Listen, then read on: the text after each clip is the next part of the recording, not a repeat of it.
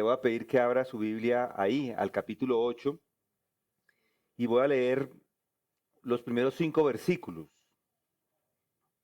Dice el capítulo 8, el primer versículo dice, y Saulo estaba de completo acuerdo con ellos en su muerte.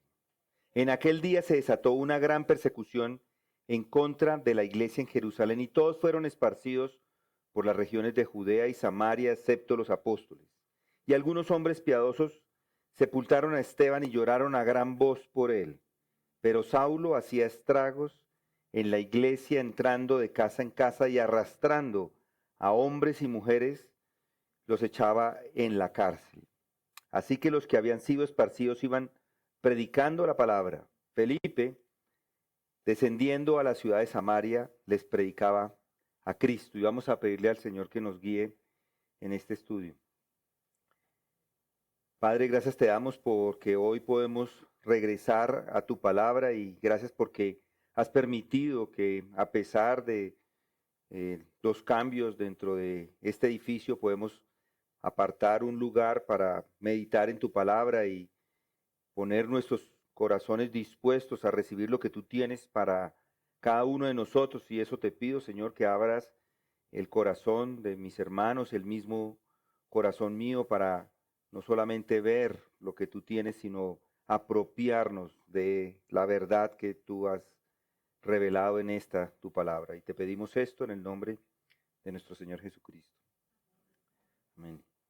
Y estos son los textos, pero quiero enfocarme en 2 versículos, particularmente el 4 y una parte del 5. Y el 4 dice, así que los que habían sido esparcidos iban predicando la palabra. Y luego dice, Felipe les predicaba a Cristo, y esto es en lo que quiero que nos enfoquemos esta tarde, esto de la predicación de Cristo. Noten que eso fue lo que hicieron los primeros discípulos de Cristo, predicar. Ellos, a pesar de lo que está pasando, piensen en eso, estos sufrimientos que están teniendo estas personas, esto que están experimentando, a pesar de ver la muerte de Esteban, porque lo apedrearon, lo vieron ahí, de ver el dolor seguro que trajo esa muerte a todos sus familiares. Todos los que lo conocían estaban dolidos, por supuesto, a pesar de ser inclusive perseguidos, porque en ese momento comienza la gran persecución, una gran persecución a la iglesia. ¿Y qué hicieron estos hombres? Lo que hicieron fue predicar a Cristo, porque podrían haber, por ejemplo, quizás hablado de fortaleza en medio del dolor, podría haber sido, haber ayudado a la familia del difunto, haber hablado de alguna estrategia para protegerse de la predicación o cómo huir, o haber dado algunas charlas motivacionales como las daría hoy en día un psicólogo para tratar seguramente a aquellos que estaban llenos de ansiedad, porque piensen en eso, nosotros no hemos sufrido ninguna persecución, pero estas personas estaban en realidad siendo perseguidas y perseguidas para matarlos. Y uno en esos casos no sabe si iba a actuar como estos otros. Ellos a pesar de esas circunstancias, no estaban hablando de nada más que de la predicación, no se pusieron a hablar de política o cosas de ese estilo. Lo que hicieron estas personas fue predicar. Y es igual con nosotros. No podemos y no debemos pararnos en discutir problemas sociales, por ejemplo.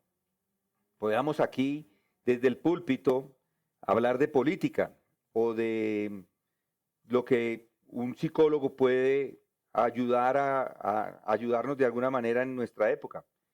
Hay algo que es mucho más importante, mucho más aplicable a nuestra vida, y eso es la predicación de Cristo.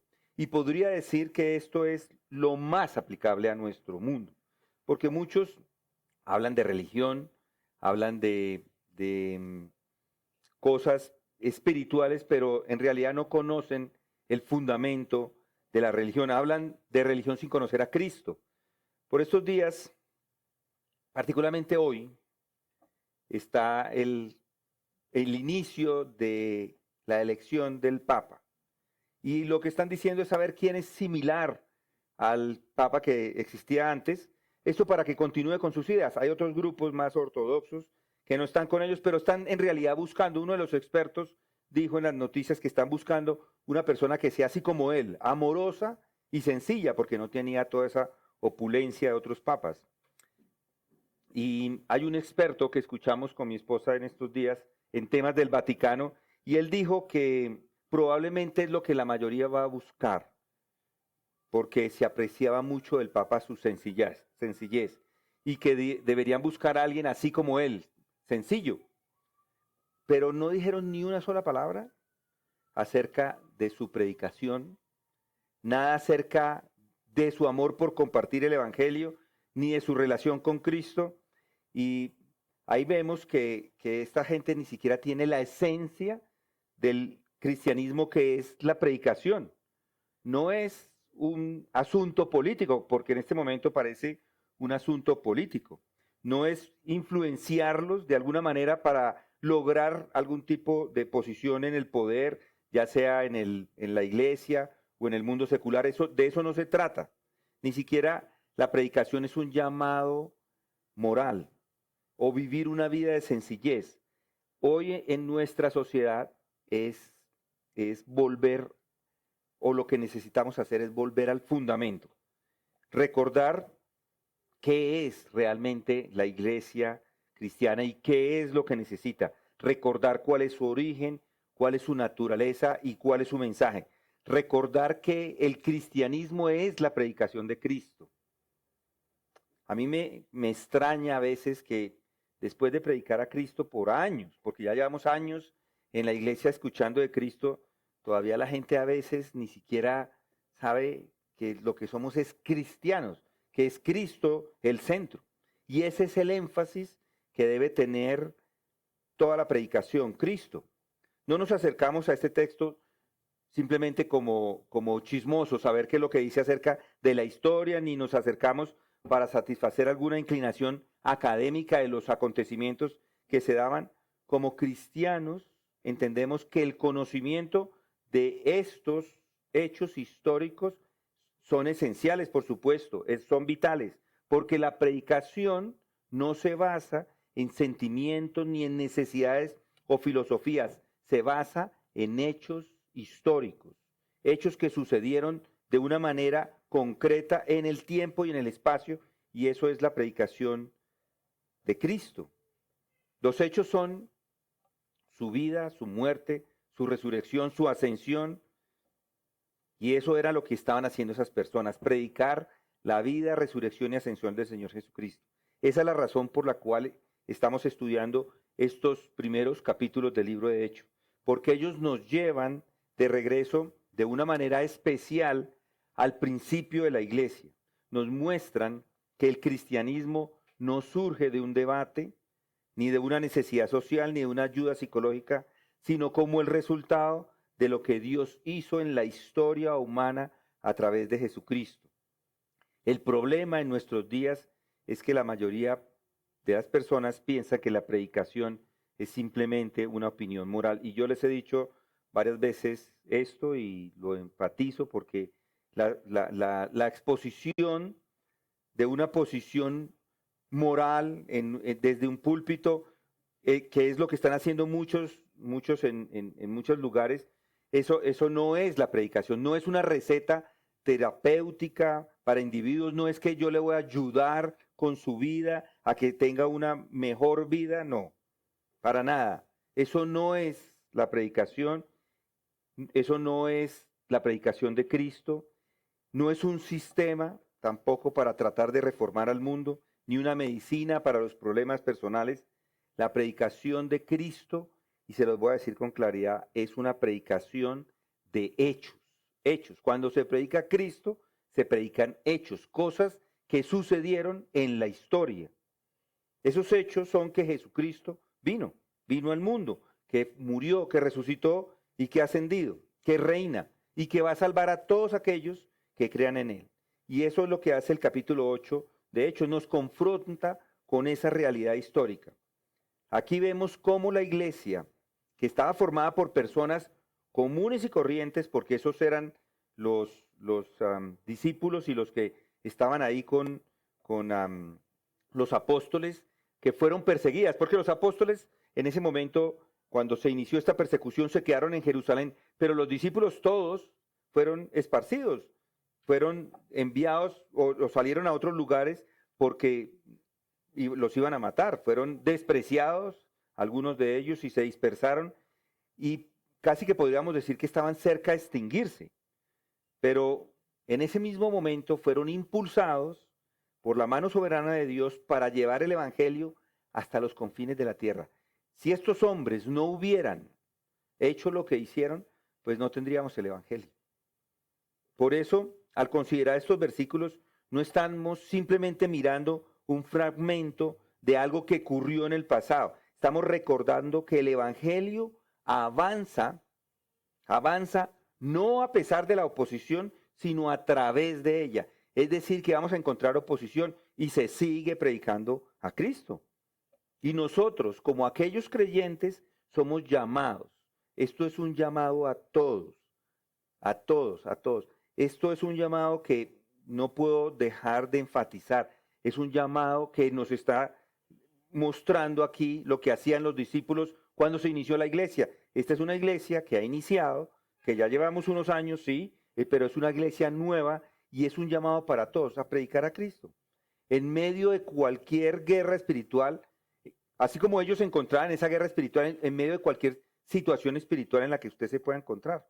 Y mi oración es que les conceda a ustedes y a mí oportunidades de predicar a Cristo. No solamente oportunidades, sino también en el entendimiento de estos hechos.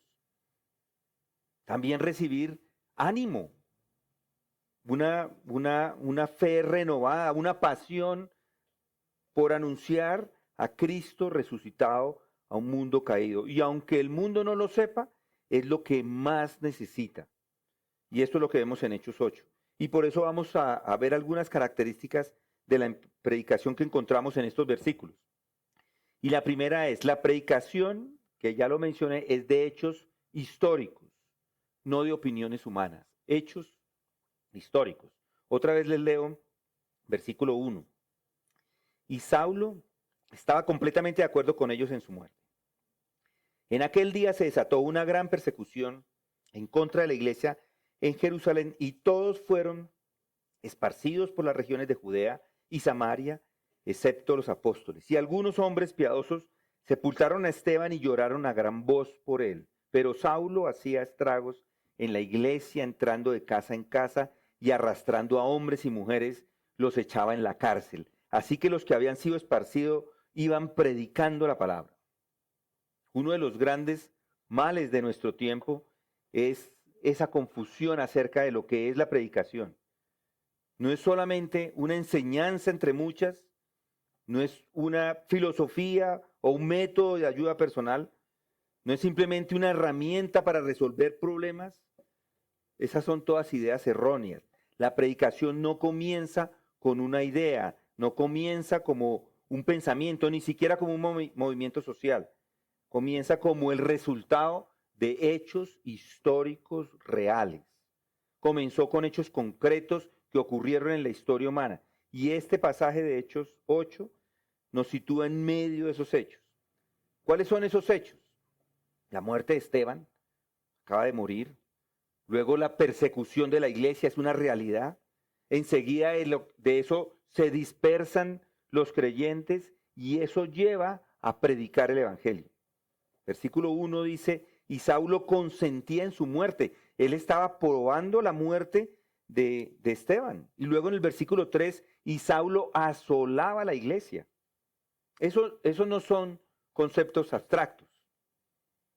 Son hechos, noten.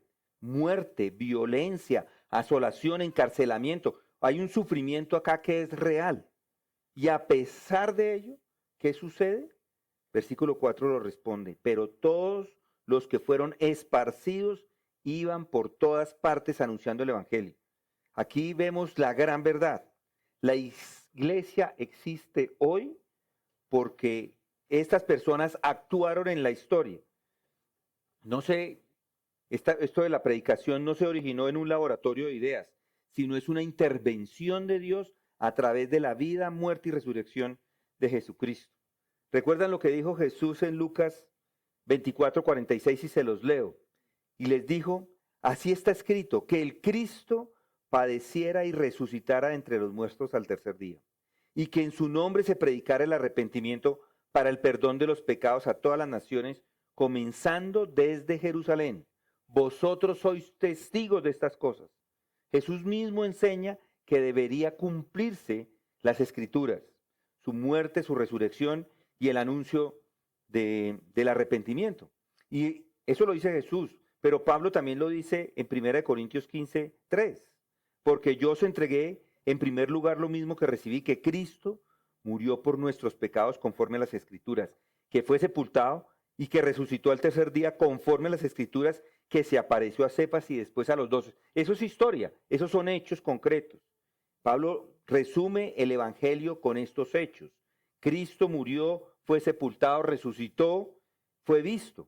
Y luego Pedro también lo hace en Hechos 2:22. Varones israelitas, les dice allá, escuchar estas palabras. Jesús, el Nazareno, varón confirmado por Dios, entre vosotros con milagros, prodigios y señales que Dios hizo en medio vuestro a través de él, tal como vosotros mismos sabéis, a este entregado por el plan predeterminado y el previo conocimiento de Dios, clavasteis en una cruz por manos de impíos y le matasteis, a quien Dios resucitó, poniendo fin a la agonía de la muerte, puesto que no era posible que él se quedara allí bajo el dominio de ella. Pedro, entonces aquí en Pentecostés, está diciendo, varones israelitas, oíd estas palabras, oíd estos hechos. Jesús Nazareno, varón aprobado por Dios, murió y resucitó y ascendió. Estos pasajes nos están diciendo que la fe cristiana está anclada en eventos reales, en hechos reales, no en emociones, no en teorías humanas. Mis hermanos, esto es cristología. Si usted quiere ponerle un nombre, esto es la doctrina de Cristo. Jesús realmente vivió, murió y resucitó en la historia. Esto además es soteriología, que es acerca de la salvación. Eso es la doctrina de la salvación. Nuestra salvación descansa en lo que Cristo hizo, no en cómo nos sentimos al respecto. Esto es eclesiología, que es acerca, la doctrina acerca de la iglesia. La iglesia existe porque Cristo la compró con su sangre. Piensen en Martín Lutero. ¿Qué lo cambió? ¿Una sensación subjetiva? No. Fue el hecho histórico de que Cristo pagó en la cruz por su pecado, tal como se le reveló en Romanos 1:17, el justo por la fe vivirá. En Colombia, muchos de los misioneros que llegaron a fundar iglesias bíblicas, particularmente en la región del eje cafetero o en los llanos, no vinieron promoviendo ideas nuevas o filosofías. Venían predicando los hechos históricos de la cruz y la resurrección. Y hay un ejemplo conmovedor, que es la labor de los misioneros de la misión centroamericana en el siglo XX. Es una de las misiones misioneras más antiguas que están en el mundo hispano. Están en Guatemala, es su sede central, y enviaron misioneros a muchos lugares. De hecho, Henry Tolopilo trabajó con ellos un tiempo, pero muchos de ellos fueron perseguidos, acusados falsamente, expulsados de pueblos enteros, y sin embargo, no venían a presentar una nueva religión, sino a anunciar a Cristo, a decir que Él ya había vencido a la muerte hace 2000 años. No es una filosofía, es la proclamación de un hecho eterno. Así es el Evangelio. Así fue que echó raíces, porque no ofrecía novedades, sino porque proclamaba hechos que transformaron corazones. Cuando usted predica a Cristo, usted no está ofreciendo una opinión entre muchas. Usted está anunciando un hecho invencible. Lo puede proclamar con tranquilidad porque es un hecho. Cuando el mundo ridiculiza su fe o la trata como una simple opción más, recuerde que usted se apoya en realidades eternas. No importa cuán violento sea el Saulo de turno, porque habrá un Saulo de turno. No importa cuán fuerte sea la persecución, el evangelio, sigue avanzando, porque Dios ha actuado objetivamente en la historia. Bien. La segunda característica de la predicación de Cristo es que hay oposición. Y la oposición a la predicación prueba que estamos en una guerra espiritual. Noten el versículo 2, dice, en aquel día se desató una gran persecución en contra de la iglesia en Jerusalén, y todos fueron esparcidos por las regiones de Judea y Samaria, excepto los apóstoles. La persecución estalla en este momento en Hechos 8.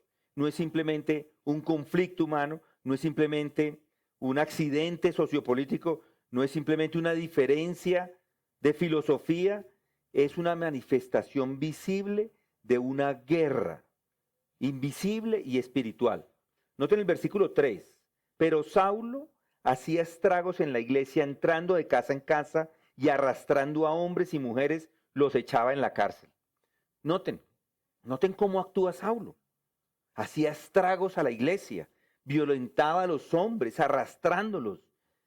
Y su irracionalidad, en esa irracionalidad los estaba echando a la cárcel. Y eso explica, en realidad no es simplemente una diferencia de opinión. Si fuera una diferencia de opinión no estuviera haciendo eso. Detrás de toda esa brutalidad está la influencia de un poder espiritual maligno. Y ese es el diablo mismo. Martin Lloyd-Jones lo dice de forma enfática, dice, el cristianismo no encuentra oposición simplemente por ser una idea diferente. Encuentra oposición porque es la obra de Dios y el diablo lo odia.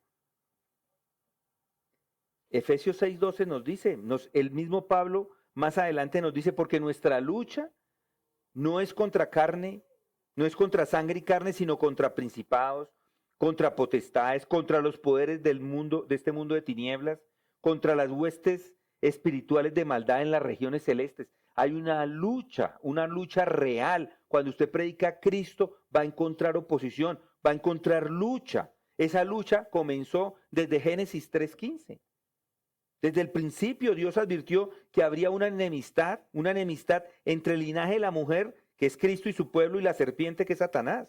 Y pondré enemistad entre ti y la mujer, y entre tu simiente y su simiente. Él te herirá en la cabeza y tú le herirás en el calcañar. Es algo real. Jesús mismo lo dijo. Si el mundo os odia, sabéis que me ha odiado a mí antes que a vosotros. Y el mismo Pablo lo dice en 2 Corintios 4:4. Pablo afirma allí que el Dios de este mundo ha cegado el entendimiento de los incrédulos. La oposición al evangelio es una furia contra la iglesia. Esa furia no es simplemente por prejuicios humanos. Son expresiones visibles de una guerra espiritual invisible. Ahí vemos otra vez la teología de la hermatología, o como los teólogos así la llaman, del pecado. El pecado no es solo personal, sino que hay un reino de tinieblas organizado. Vemos angeología, inclusive en esos textos podemos encontrar la doctrina de los ángeles. Principados malignos hay allí, reales, que odian el plan de Dios y se oponen a su pueblo. Y también otra vez volvemos a ver cristología. Cristo venció en la cruz, pero la batalla continúa hasta la consumación final. En la época del Imperio Romano, los primeros cristianos fueron acusados de ser enemigos de la humanidad, simplemente porque se negaron a adorar al César.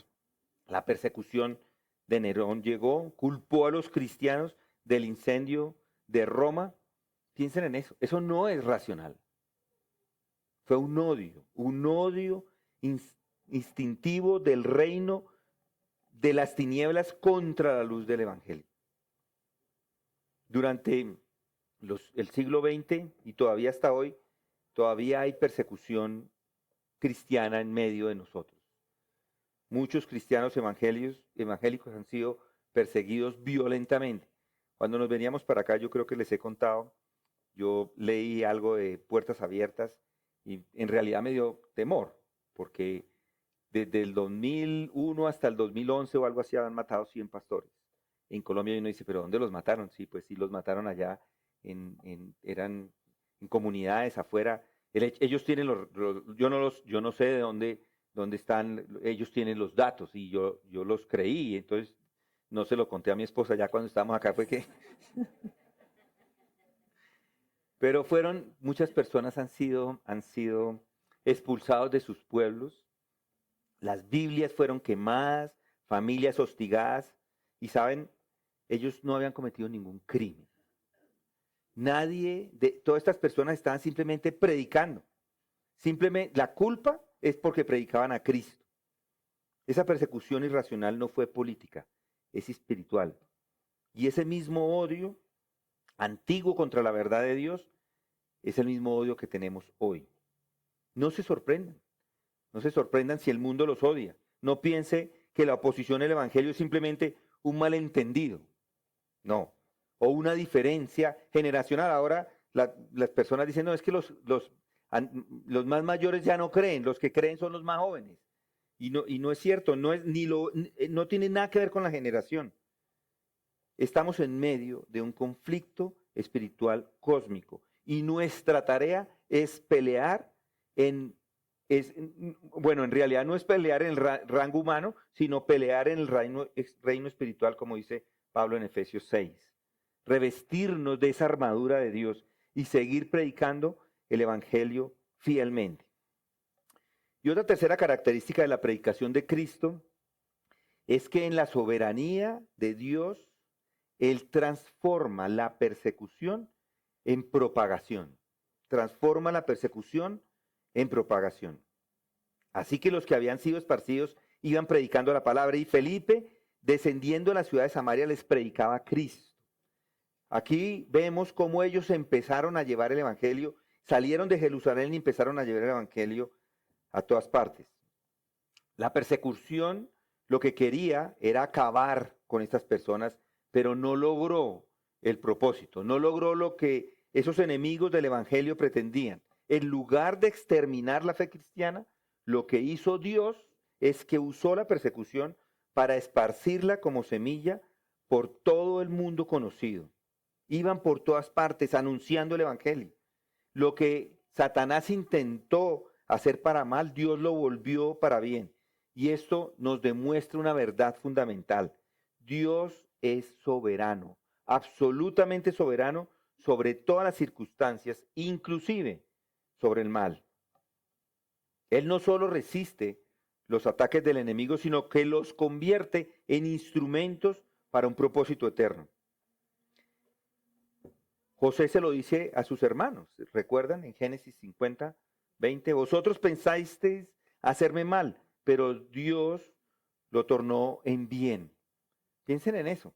A veces pensamos que las cosas que pasan malas es porque nos deben pasar, pero Dios lo convierte, Dios transforma. Y sabemos que que para todos los que aman a Dios, todas las cosas cooperan para bien. Pablo lo dice en Filipenses 1:12, dice, y quiero que sepáis, hermanos, que las circunstancias en que me he visto han redundado en mayor progreso del Evangelio. Qué bendición, que nos vengan todas esas circunstancias, ¿no es así? Y que podamos con eso predicar el Evangelio. Noten la providencia, Dios gobierna y dirige todos los acontecimientos para cumplir su verdad redentora. Él es soberano, soberano, nada sucede fuera del control absoluto del Señor. Esa es la misión de Dios avanza incluso en medio del dolor, en medio del sufrimiento, en medio de la oposición. Eso fue lo que sucedió con la Reforma Protestante. Se expandió a pesar de la severa persecución. Cuando las iglesias reformadas fueron prohibidas en Francia, tras la revocación del edicto de Nantes en 1685, yo les hablé de esto el otro día, los hugonotes huyeron a otros países, sabían que Olaf viene de los hugonotes, Olaf Vance viene de los hugonotes, yo vengo de los hugonotes, o sea que tenemos uno de estos mismos. ¿Y a dónde llegaron? Fueron a llevar el evangelio a todas partes. Dios usó el sufrimiento de estos hombres, de su pueblo, para sembrar la verdad en nuestras tierras, inclusive. Durante la década de 50 y 60, muchos pastores y creyentes reformados y evangélicos fueron desplazados, sacados, particularmente en Antioquia y Santander, por causa de persecuciones religiosas. Nosotros tenemos un conocido, Barry Herman, misionero de Grace, que tanto Ricardo como Javier conocieron ahora, que estuvieron en la conferencia. Él nos contó varias historias acerca de su llegada aquí a Colombia. Y, y este hombre, en vez de callarse y retroceder, estos cristianos que llegaron acá compartieron el Evangelio, llevaron la predicación del Evangelio a lugares donde nadie los había escuchado antes. Hay muchas iglesias que inclusive se han establecido en esos lugares donde han encontrado, por ejemplo, Cali. Él estuvo en la región del Valle del Cauca y hoy tenemos en Cali una congregación que está predicando a Cristo. Esos son el fruto. Uno piensa, no, eso es la predicación de este. No, es el fruto, la historia. Nosotros no somos ajenos a la historia. La historia, somos parte de la historia. Esas personas escucharon, otro escuchó y alguien llegó y predicó y los puso todos juntos. Pero la predicación y el evangelio, nosotros simplemente somos instrumentos, predicamos a Cristo, pero hay otros que lo han hecho en el pasado. Son semillas que han sido sembradas bajo la persecución. Por eso no teman, no temamos las circunstancias adversas, no paremos de predicar, porque yo lo pienso y digo, ¿para qué nos dejó Dios en este mundo si no es para predicar a Cristo? ¿Para qué más? No nos predicó para el trabajo que estamos haciendo, que a cuántos les gusta. Uy, yo amo mi trabajo. Hay unos que dicen, uy, no, yo ya quisiera no hacerlo más. Él no nos dejó ni para trabajar, que tenemos que trabajar, por supuesto, pero no nos dejó para eso, no nos dejó para hacer dinero, no nos dejó para pasarla bien. Él nos dejó para predicar a Cristo. O si no, pues que nos lleve, ¿no? Porque si no estamos predicando a Cristo, ¿qué hacemos en este mundo? El mundo se alza en contra del Evangelio. Recuerde que usted hace parte de la historia. Esa historia perfecta que ha sido escrita a través de inclusive las lágrimas de muchos y que hoy nos tocan a nosotros. Lo que hoy parece persecución, para nosotros va a ser proclamación. Por eso, como aquellos primeros creyentes, predique a Cristo donde quiera que Dios le lleve. Aún si eso le lleva a través del dolor. Muy bien, ahora continúo con una cuarta característica, y es que en la predicación, la soberanía de Dios garantiza la victoria final de su iglesia. Felipe descendió a la ciudad de Samaria y les predicaba a Cristo. Se dispersó con la predicación de los creyentes. Hay persecución, dispersa a los creyentes, y ahora encontramos algo inclusive más asombroso. No solamente fueron esparcidos, sino que siguieron predicando con poder, y Dios abrió campos misioneros. No solamente estuvieron ahí, sino que ya se fueron, empezaron a irse a otros lugares. Y eso es lo que tenemos a través de toda la historia de la iglesia. Estamos estudiando la historia de la iglesia y nos muestra cómo esos primeros que empezaron en Hechos, ustedes si han seguido los domingos la historia de la iglesia, todo lo que comienza en Hechos, cómo eso se expande hasta nuestros días, desde Jerusalén hasta Samaria y desde allí hasta el fin de la tierra. El avance es seguro, eso va a ser seguro. El reino de Dios no puede ser detenido. Jesús lo promete: edificaré mi iglesia y las puertas del Hades no prevalecerán contra ella. Lo mismo dice más adelante en Mateo 24, 14, dice, y este evangelio del reino se predicará en todo el mundo como testimonio a todas las naciones, y entonces vendrá el fin. Yo quiero que venga el fin, la verdad. Yo quiero que llegue ya, que venga por su iglesia. A veces uno de pronto es algo egoísta, perdón, pero yo sí quisiera que venga. Entonces por eso predicamos a Cristo, porque en cualquier momento vamos a tener la oportunidad de estar con Él. De pronto de pronto nos lleva antes de que muramos, sino nos lleva a su presencia. Hay una multitud de personas que va a ser redimida y que lo vemos en Apocalipsis 7:9. Una multitud de personas, de tribus, de pueblos, de lenguas. Qué bendición estar ahí en medio de todo eso. La iglesia es invencible. La iglesia no puede ser acabada.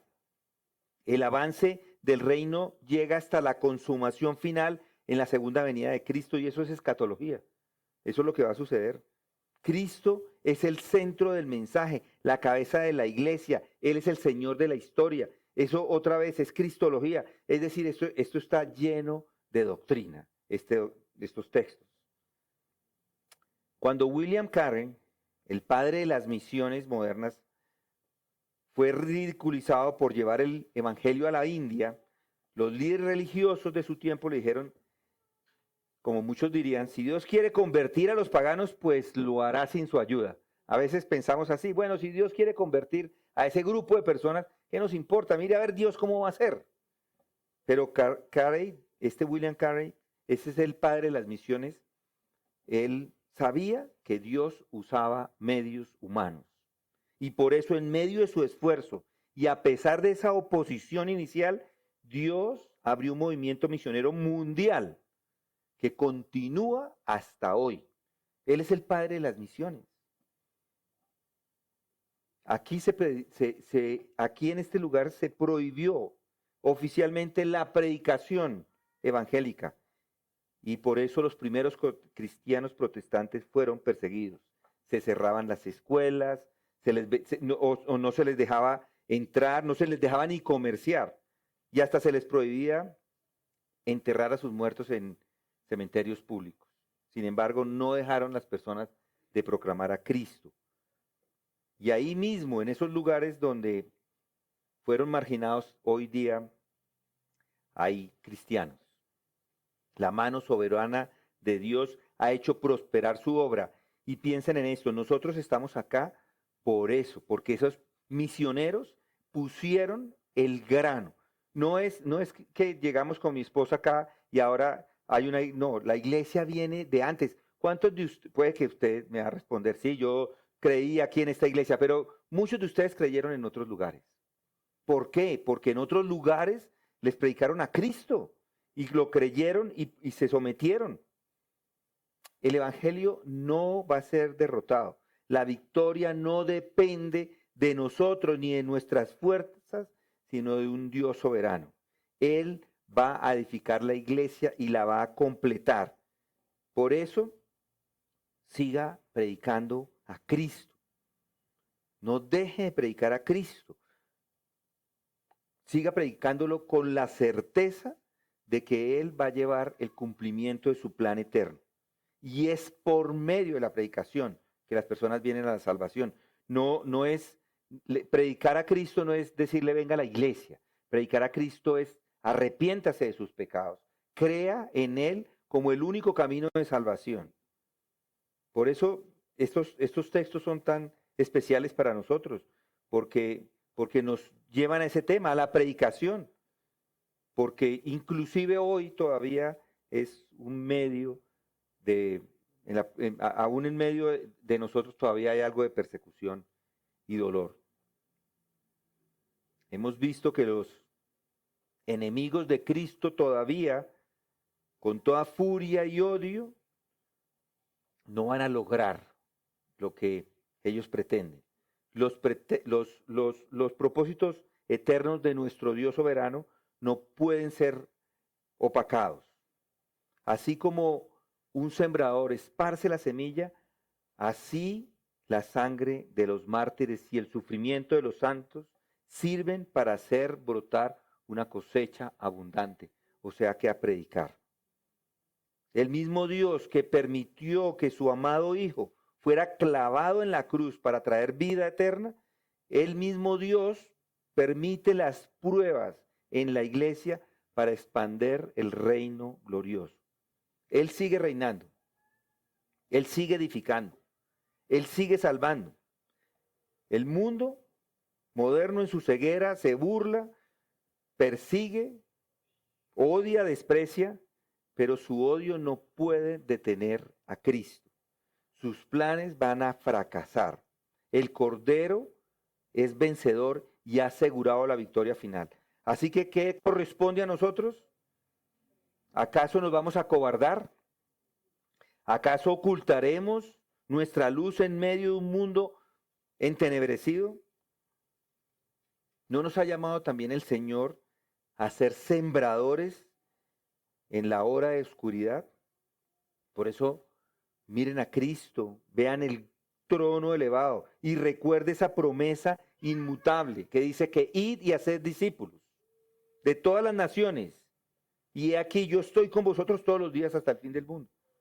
Así que como aquellos primeros creyentes, dispersos por las amenazas y los peligros, salieron predicando a Cristo en cada rincón, así también nosotros, en nuestra ciudad, en el trabajo, en el lugar donde se encuentre, en todo momento debemos anunciar a Cristo sin temor, porque este es el Evangelio de Jesucristo y Colombia. Y nosotros necesitamos hoy hombres y mujeres como Felipe que hablen de Cristo, no con temor humano, sino con la confianza plena de que el Dios soberano sigue sentado en su trono y cada uno de los actos de obediencia, cada palabra fiel, cada sacrificio, cada dolor, cada sufrimiento será usado para la gloria eterna.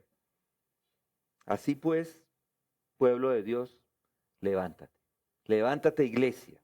Confíen y proclamen a Cristo. Así que los que habían sido esparcidos iban predicando la palabra. Que Dios nos conceda no solamente la fe, el valor y también la fidelidad para seguir sus pisadas. Y a Él sea la gloria, ahora y por siempre. Vamos a amar, a orar. Gracias, Padre, te damos por tu evangelio, gracias por estas palabras, gracias por estos hombres que son para nosotros ejemplo.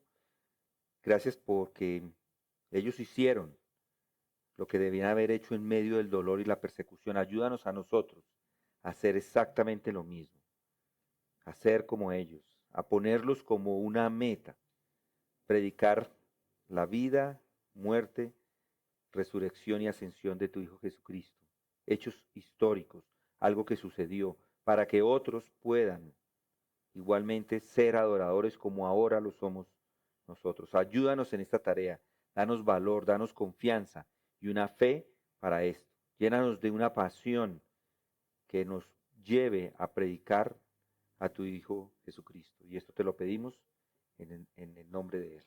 Amén.